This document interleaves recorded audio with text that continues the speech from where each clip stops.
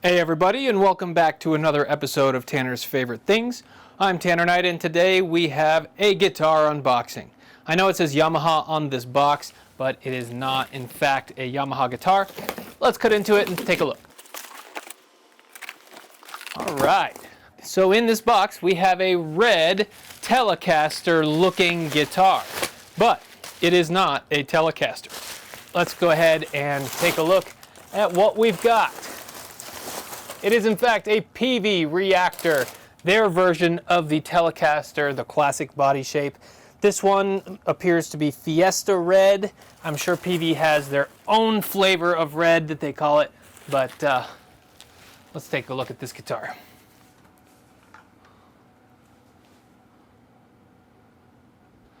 Pretty nice. We have the hard rock bi-laminate neck. I don't know if you can see that, but it is in fact two pieces of hard rock maple that has been quarter sawn and glued together, and it supposedly provides a really strong style of neck design. And there's Jack.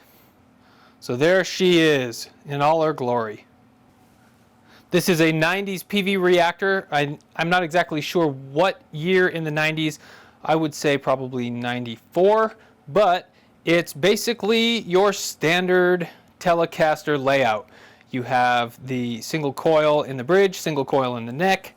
One of the differentiating factors here is that we have 6 individual saddles, which I think you can only find on the Telecaster Deluxe.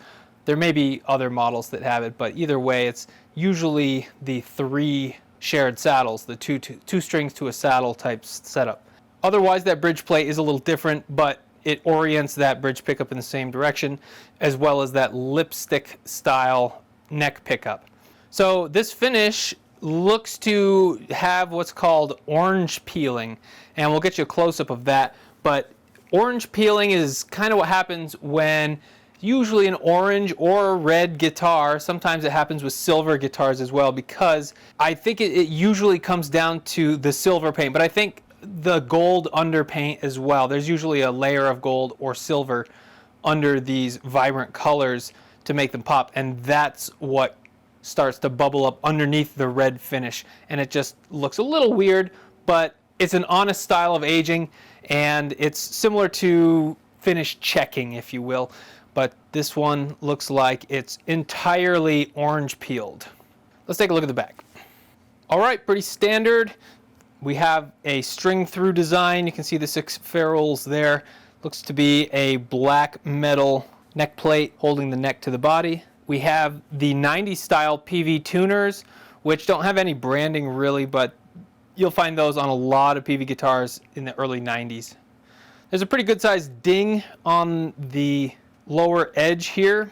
Goes through the paint and beyond. That's quite a huge little chunk there, but luckily it's on the back, I guess. We have locking strap locks, which is nice. They look to be Schaller. I'll have to try that out. And one thing you'll notice is that Peavey uses this tilt system where you have a 5th hole there, right, in the left side. You can see in the middle. That hole exposes a threaded insert that will tilt the neck fore or aft depending on your intonation or whatever your neck looks like. So that's a Peavey specific innovation, as well as this bi-laminate hard rock maple neck. Got a little nice figuring in here, nothing too exotic, but I don't know if you can even see that orange peeling in this light, but it's definitely apparent in person. Alright, so I've actually put a little bit of time between unboxing and doing the playing portion of this video just because I wanted to get a better feel for this guitar and have some more salient things to say about it. So first of all, it plays great. It plays as good, if not better, than some of the standard Telecasters that I picked up in my day, and I really love playing this guitar. So that's a testament to the quality of the Peavey USA shop, especially in the late 80s, early 90s, and this guitar specifically. There really hasn't been any real surprises just yet, except for the fact that this guitar stays in tune better than any other Peavey that I've ever picked up as well. And I have a feeling that's due to the newer style Peavey tuners. They're kind of like pyramided here, but they hold a tune way better than the kind of 6-in-line Kluson style that they used to do. I think they're called the True Locks Deluxe style of tuners. Those are terrible, and I will be the first to tell you that. But this neck, very nice, very smooth, really nice thin profile, which some people might not like, but I do like that on pretty much every guitar, not just the Telecaster. Otherwise, for $400 or around that price, you can get a really great US-made Telecaster style guitar that sounds like a Telecaster, feels like a Telecaster, and the only real difference is the name on the headstock. So today for our tones, I'm plugging this guitar into our Vox 8030 VT amplifier that we took a look at not too long ago. I really love this little amplifier, and I've kind of been gravitating towards it more for whatever reason, especially now that it has this Alnico Blue Pup speaker in it. It sounds really warm, really rich, and I think that that upgrade has helped me fall back in love with this amp. So as we saw before, we have 11 presets on this modeling amplifier, but we're just going to stick to a couple and keep it simple here just so you can get some basic tones. I'm on the Boutique Clean setting, which is what Vox is known for, so this is really as Voxy a sound as I can get out of this amp, and then we'll go up the scale again.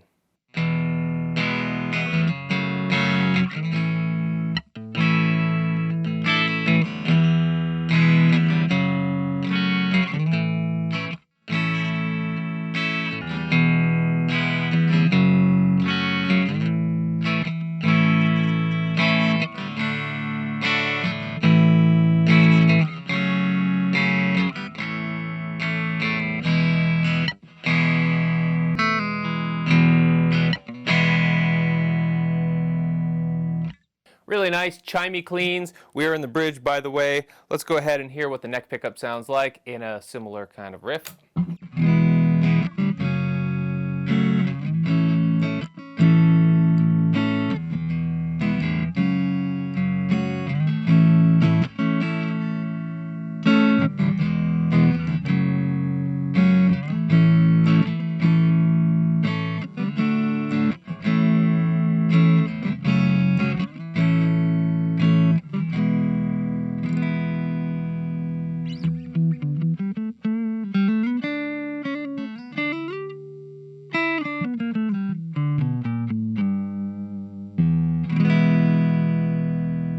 Really nice neck pickup sound. Just for kicks, let's hear the middle. So both pickups engaged.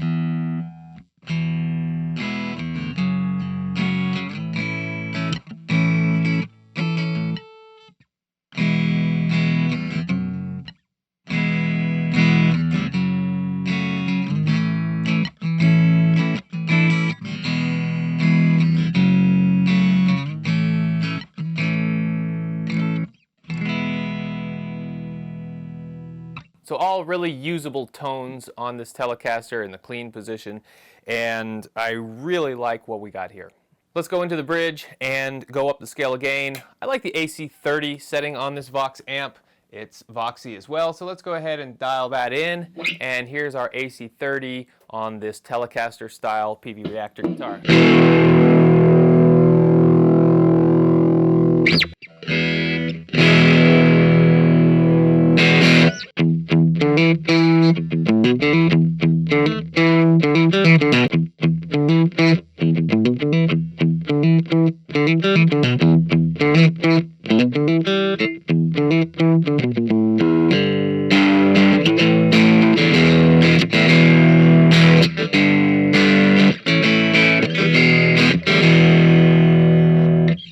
And we do have a fully functional tone knob on this guitar as well. I typically tend to shy away from using the tone knob, but just for kicks, here we go.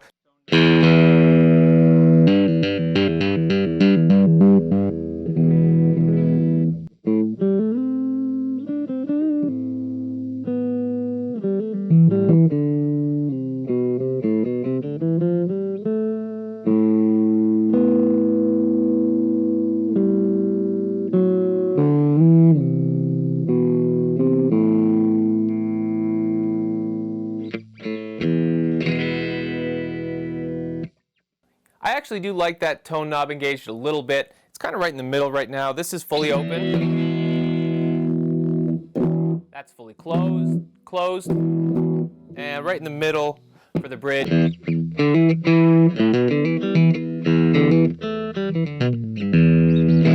Sounds pretty good. Just hear the neck in the AC30.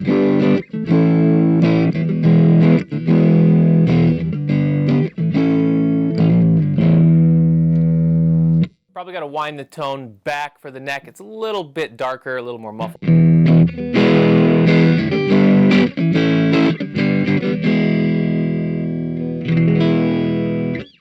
All right, let's go ahead and add a little more gain and maybe take this thing out of its comfort zone a little bit.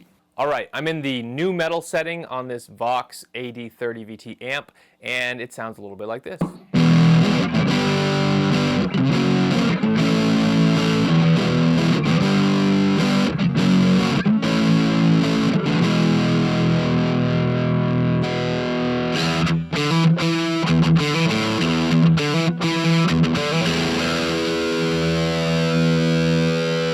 Here I think the tone dial does come in handy with this really bright bridge pickup, so I'm just about 50% on tone.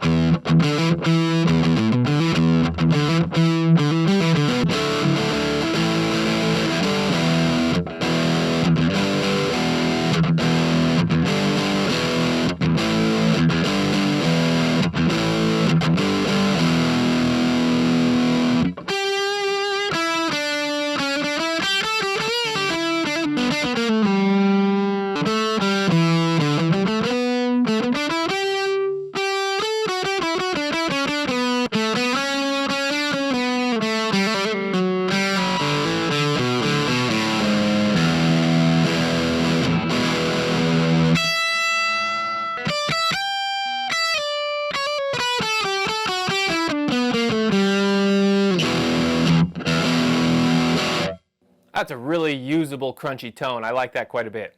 I think in a mix that would sound even better, so this is a really versatile amplifier, and of course, the guitar is super versatile as well.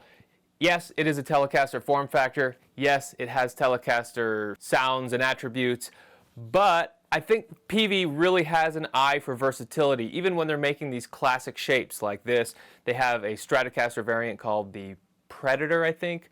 I've never had one of those, and I'm still on the look, but the prices keep going up and up and up, and I don't know, we'll see. But in any event, this is slightly more than a Telecaster as compared to a real, genuine Fender Telecaster, in my opinion. And I think that that's due to the electronics. Peavey tries to really pump value into their electronics. That's one thing they're known for, as well as just the overall quality that you get from the workmanship and the tone woods that they choose as well. I don't know what this body is. I assume it's an alder body, but you can't really tell much. We do have this little window here from this chip, which is actually kind of a nice thing if you're trying to look at the wood, but I can't tell much. It looks like it's alder. I'd say possibly maple as well, but it's too light to be maple, so I think it's got to be alder. I don't think it's ash, or swamp ash is actually what Peavey calls their ash. And those guitars are usually natural, i.e. not painted over. This bridge is a little thicker than the Fender Telecaster bridge as well. I doubt you can tell without a close-up, so we'll get you a close-up here. But the metal that they use is at least a, I don't know, 1/16 of an inch thick, maybe even closer to an 1/8 of an inch. And I would say that the Fender sheet metal that they use for their Telecaster bridges is maybe half the thickness. So I do think that that interfacing with the body produces a little more sustain and maybe affects the sound slightly. Otherwise, your attributes are pretty same between this guitar and a Fender Telecaster. Maple neck and fretboard. The nut is different, but I don't know, I'm not one to think that a nut contributes too much to the sound of a guitar. But the tone woods are pretty much the same. The shape is the same, and those few tiny differences really contribute to make a more versatile guitar, in my opinion. Does it sound better than a Fender USA Telecaster? I mean, that's totally up to you. That's subjective, 100%, and that's really why I love music, because what I love, you may hate. What you hate, I may love. What you love, I may love, and every combination thereof. So you really can't go wrong unless you don't like the sound of this guitar and you end up purchasing it. But In any event, I think you can get very usable tones out of this guitar no matter who you are, what music you play, and where you play it. Yes, there are limitations. I don't think that this guitar would be that well suited to metal, but I don't think any Telecaster is really designed for that. Maybe the Chapman style Telecasters are more geared towards that, but this guitar is a 90s kind of southern rock, maybe chicken pickin' style, country. That's what this guitar was designed for, and I would say that it lives there the best, but it has a much farther reach than that. All right, let's dial up the gain, go into the US high gain, and hear what this thing sounds like. We are still in the bridge, and our tone pot right about 50%. It sounds like this.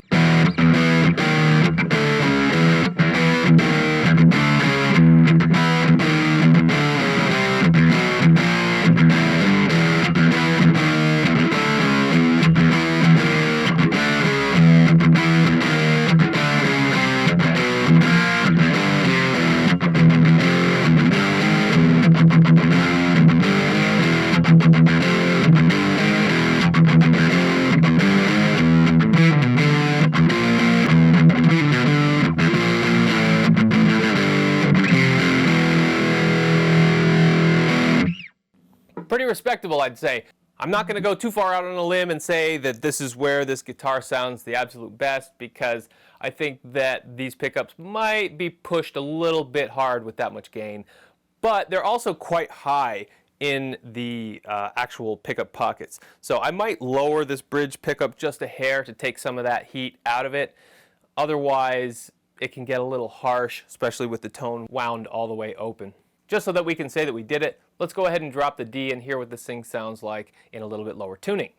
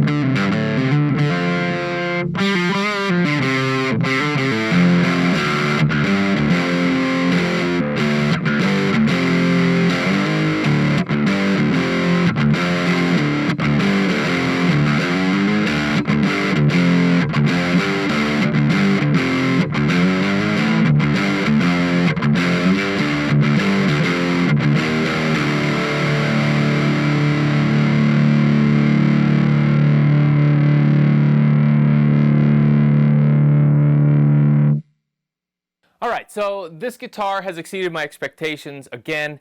I picked this guitar up for not a whole lot of money. It's a US made guitar. It didn't come with a hard shell case, so I'm officially on the hunt for a hard shell case for it. I would love to get a matching Peavey 90s hard shell case, but any Telecaster case will do at this point because it is the exact same shape, size, and everything else about a Telecaster, so it should fit any tele case. Otherwise, a ton of value here, and I'm really glad to be able to present this as part of my ongoing Peavey series, where I take a look at every single US-made Peavey guitar under the sun. So we've got quite a few to go, but we ticked off this one, and this has been one I've wanted to get my hands on for a while. So let me know if you have any experience with the Peavey Reactor. I've seen a couple different Peavey Telecaster variants. In fact, this is probably a good time to mention those. There's the Cropper edition, which is more of a high-end tele. Looks like it's kind of using the PRS style of appointments with the sunken dials and the carved top. Something I'm pretty sure that they adopted with their relationship with Eddie Van Halen. So there's that one, and then there's also the Generation, the Peavey Generation, which is a US-made tele style guitar. Also a little more high-end. I think that also takes advantage of like a more fancy top with all kinds of flame, maple, and you name it. So I know that can be a little bit confusing when you have a line of guitars and a few different models that look exactly like an existing Fender model. But hey, the guitar world is the wild, wild west, and things were crazy in the 90s. So what's my final word on this guitar? I think you should go out and get one as soon as you can if you happen to come across one. Like I said, it's around the $400 as of June 2021, but they're going up. So expect to pay maybe a little bit more than that if you see this video in the future. But either way, it's a US made guitar, Telecaster shape, style, feel, sound, you name it, really for a much lower price point than you would find a US-made Fender Telecaster. So let me know what you have to say about the Peavey Reactor. If you have one, I'd love to hear samples or see pictures. And of course, if you have any questions about this Vox amp, I would love to hear what you have to say about that. This obviously won't replace my Marshall or Orange or 5150, but I think for the purposes of video demos, it's actually a really good amp. So you might see more of this in the future. So thanks for watching, and I hope to see you on the next one.